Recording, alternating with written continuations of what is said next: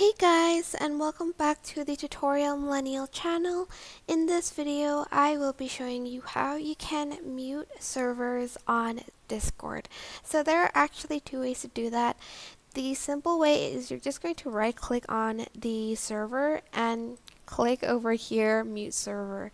You can mute it for 15 minutes, for an hour, for 8 hours, for 24 hours, or until you turn it back on.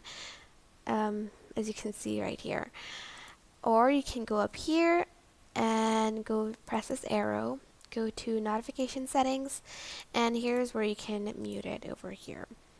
But that is basically it. I hope this tutorial was helpful for you guys. Don't forget to like, comment, share, and also subscribe to this channel if you haven't done that. If you have any questions, just leave it in the comment section down below and I will try my best to answer them all. Thank you so much for watching. Bye!